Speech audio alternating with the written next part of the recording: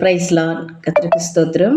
இன்றைக்கு அப்போஸ்தலர் 8ஆம் அதிகாரத்தில் 27, 28வது வசனத்தை நம்ம வாசிக்கும்போது, எத்தேப்பியருடைய ராஜஸ்திரி ஆகிய கந்தாகி என்பவளுக்கு மந்திரியும் அவளுடைய பொக்கிஷம் எல்லாவற்றுக்கும் தலைவனுமாய் இருந்த எத்தேப்பியனாகிய ஒருவன் பணிந்து கொள்ளும்படி எருசலேமுக்கு வந்திருந்து ஊருக்கு திரும்பி போகும்போது தன் ரதத்தில் உட்கார்ந்து ஏசாயா தீர்க்கதரிசியின் ஆகமத்தை வாசித்து கொண்டிருந்தான். ஆவியானவர், நீ போய் அந்த ரதத்துடனே சேர்ந்து கொள் என்று பிலிப்புடனே சொன்னான். அப்பொழுது பிலிப்பு என்ன பண்ணுறாரு?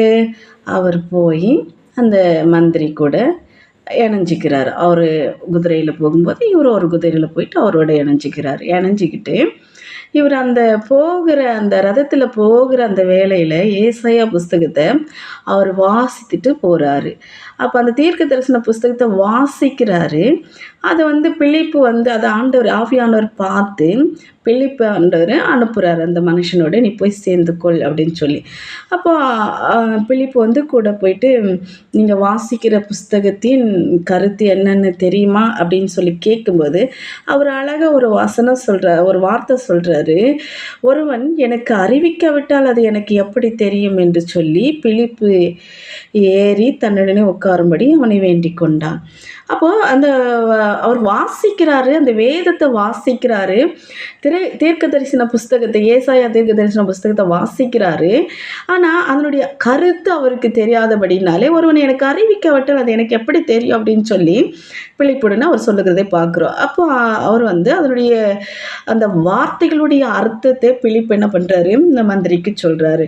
அப்படி சொன்ன உடனே அந்த வார்த்தையை கேட்க கேட்க கேட்க அவருக்குள்ள ஒரு மனம் திரும்புதல் வருது. மனம் திரும்புதல் ஒரு இடத்துல போய் நிற்கிறாங்க. அப்போ இவர் சொல்கிறாரு, தண்ணீர் இருக்குது. அப்போது மந்திரி, இதோ தண்ணீர் இருக்கிறது, நான் ஞானஸ்தானம் பெறுகிறதுக்கு தடை என்ன அப்படின்னு சொல்லிட்டு இவரே கேட்குறாரு.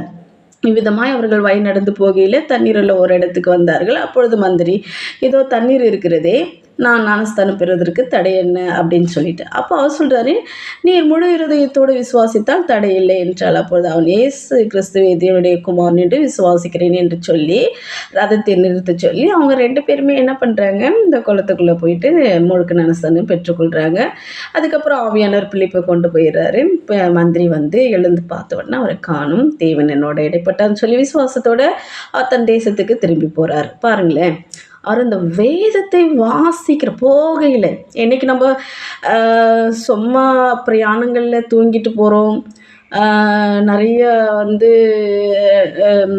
வீண் கதை அடிச்சுட்டு போவோம், ஃபோனில் பேசிட்டு போவோம், ஃபோனை நோண்டிக்கிட்டு போவோம்.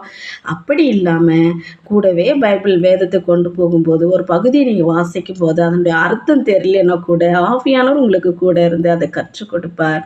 அதை கற்றுக் கொடுக்குற வேலையில் அதனால் உங்களுக்கு ஒரு நன்மை உண்டாகும்னு சொல்லி நம்ம பார்க்குறோம். பாருங்கள், இவர் வாசிக்கிறாரு, அதை ஆண்டவர் பார்க்குறாரு, ஒரு தூதனை அனுப்புகிறாரு. அந்த தூதன் மூலமா அந்த கருத்தெல்லாம் ஆண்டவர் எடுத்து அந்த தூதன் சொல்கிறாரு. உடனே அவருக்கு மனம் திரும்புதல் வருது. மனம் திரும்புதல் வந்த உடனே தன்னை ஆண்டவருக்கு ஒப்பு கொடுக்கிறாரு, முழுக்க ஞானஸ்தானம் எடுக்கிறாரு.